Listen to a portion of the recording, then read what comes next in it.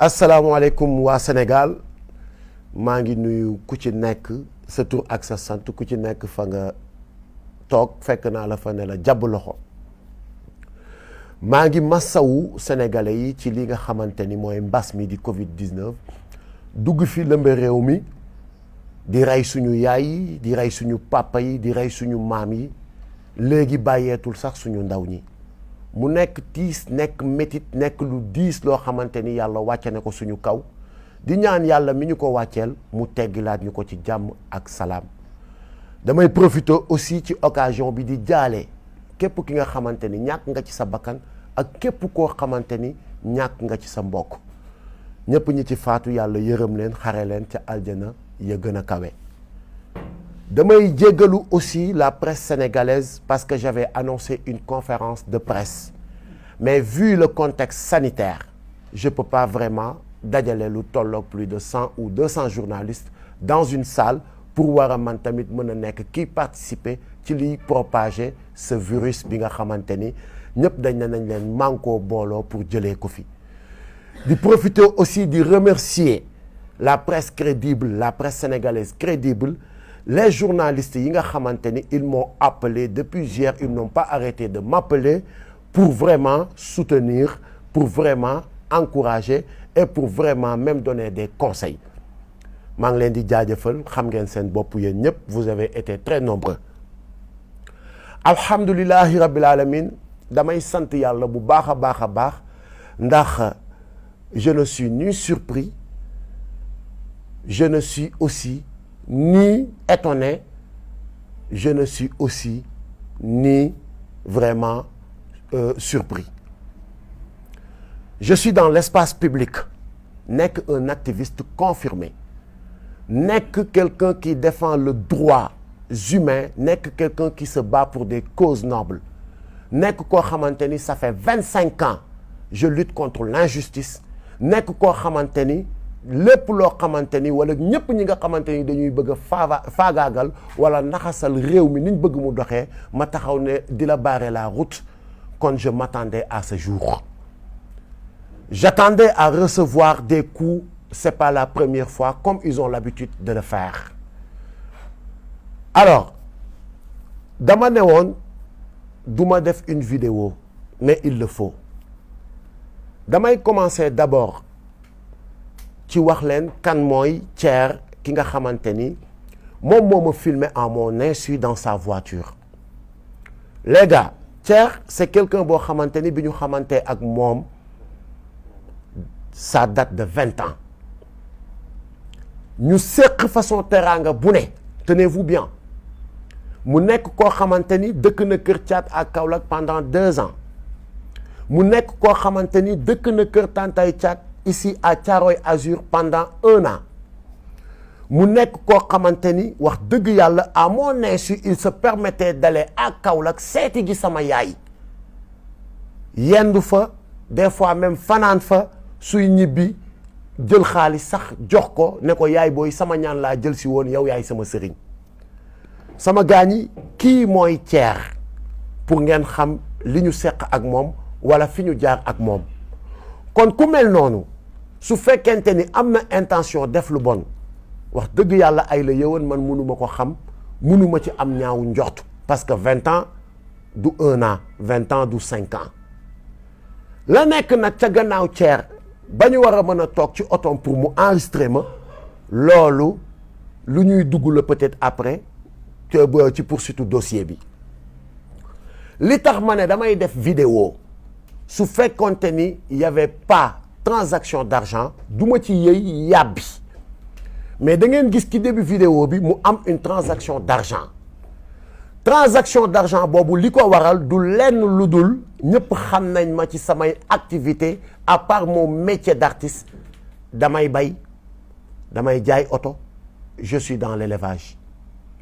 Thier moomu ñu seq mbirum jaay oto mu gis sama benn oto mu bëgg ko mais malheureusement tombé wuñu d'accord ci prix bi ba keroog mu gis sama benn oto Hyundai Veloster j'ai les papiers avec moi mu ne ma finalement jaay ma bii sama jabar laa koy jëndal ma ne ko amul benn problème bii mën naa la ki defal xewal ñu tombé d'accord ci 5 millions ah mu indil ma une avance de 2 millions bi ma indilee avance su 2 millions demaat tuuti 30 minutes woo ma ne ma dama fàtte suma kalpe sama carte ki la ne et je dois 500 000 à quelqu'un maa ngi wàññeekuwaat nga abal ma 500 000 bi ma ne ko d'accord mu ñëwaat ma jox ko 500 000 bi garder les 1 million 500 film boobu ngeen di gis ci début bi ma toogee ci oto bi ñu waxtaan plané entre copains mu yëkkati 3 millions jox ma ko pour le reliquat ne ma lii ñaata la ma ne ko 3 li nekk fële ñaata la ma ne ko 1,5 mu ne ma muy ñaata ma ne ko 4,5 mu des ñaata ma ne ko 500 000 donc vidéo bi leeral na boppam kon gis ngeen ko waaye juste que ni comme dafa indi woon jiixi jaaxa ci transaction xaalis bi il fallait vraiment dire à vous les Sénégalais que ni transaction d'argent bi lii mooy li ko wundu lii mooy li ko waral pas autre chose waaye ce site pourri bi nga xamante ni moom moo dugal vidéo bi am lum ca dagg automatiquement dugal affaire bi ci waxtaanum visa bi nga xamante ni man ak sama xarit boobu seq nañ ko mu may demander une aide pour évacuer son enfant bu war a faju ji en France ah ay waay man de je pense que ni jàmbur sax dégg ngeen ni kilifa taxawu na ko assisté na ko ba keroog yàlla di ko defal jàmbam ci ay besoin qui n'a pas un ami boo xamante ni ñëw na solliciter la nga aidé ko automatiquement sur la vidéo la même vidéo gis ngeen ma jël suma téléphone commencé woo sama ay njegeñaale pour laaj leen le numéro du consul pour trouver un rendez-vous d'urgence un rendez-vous officiel d'urgence ah gars yi sama gars yi je pense que ni ku nekk ci njëndum visa wala njaayum visa tu vas pas appeler le consul et tu vas pas trouver un rendez-vous avec le consul boo demee ci consul bi lan nga koy wax consul jaay ma visa seetaan leen vidéo bi seetaan ngeen ko ay borom xel ngeen amul fenn foo xamante ni man ak Thier wax nañ ci ay jaay ma visa jëndal ma visa et je pense que ni c'est trop sale benn site bu pourri taxaw xëy xaw ma lan la ci jublu pour faagaagal ay citoyens Thier nag bi nga xamante ni moom expliquer naa leen fi ñu jaar ak li ñu seq loolu lu ñuy lijjanti la avec la justice. ca site boobu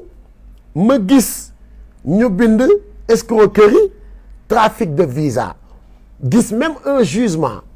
gis même que ni man dama am sa ay plainte sama dos man de yéen sénégalais yi fi ma toog di wax ak yéen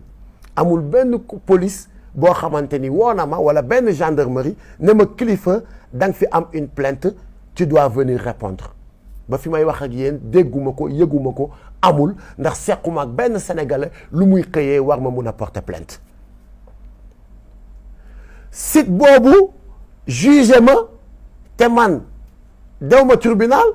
taxawuma devant le juge ba juge bi génne ay verdict di ma taxé de escroquerie ak de trafic de visa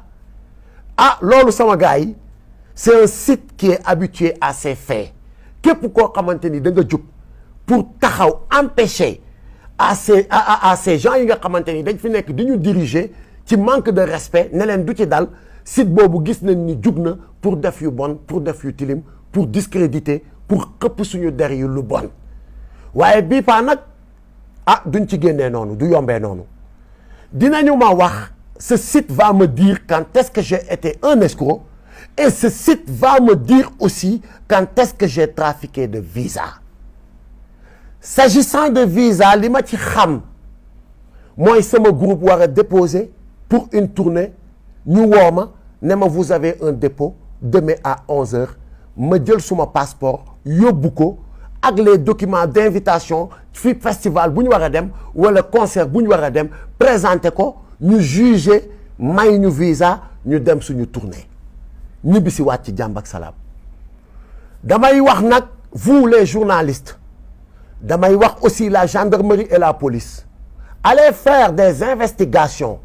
ndax man kilifa Landing Mbessane Seck mës naa taxaw ci benn ambassade ànd fa ak doomu aadama budul caat mi ma seqal liggéey wala Gadiaga wala Zmasta suñu DJ wala suñu musiciens yi ñuy àndal taxaw naan damay demander visa wala damay ñaan visa dem leen ngeen defi cette investigation parce que c'est très important. Il s'agit d'une accusation grave et les Sénégalais aussi ont besoin de savoir et de comprendre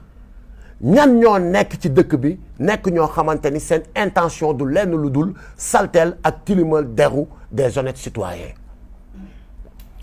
may ñaan aussi notre justice mu autosaisir sur cette affaire parce que warul yem rek tamit ci benn site xëy na bind woy après tilimal der dugg na fi génn fi ñu bàyyi noonu mu jàll mu autosaisiru. Je suis disponible, je ne bougerai pas de ce pays maa ngi fi tukki wu ma dew ma fenn et j'attends une convocation venant de la justice su fekkente ni lii ñu may tudd dama ci laale wala dafa am faites votre travail et pour le moment ñi nga xamante ni nag ñooy mes camarades de combat pour ne pas les gêner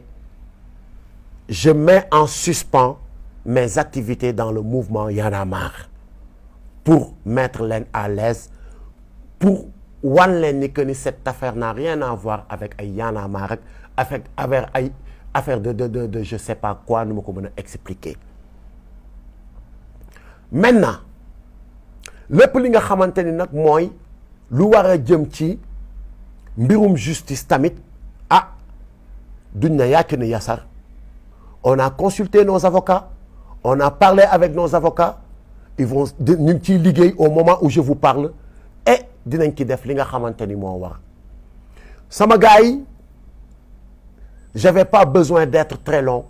parce que cette affaire est simple ñi ma woo ñëpp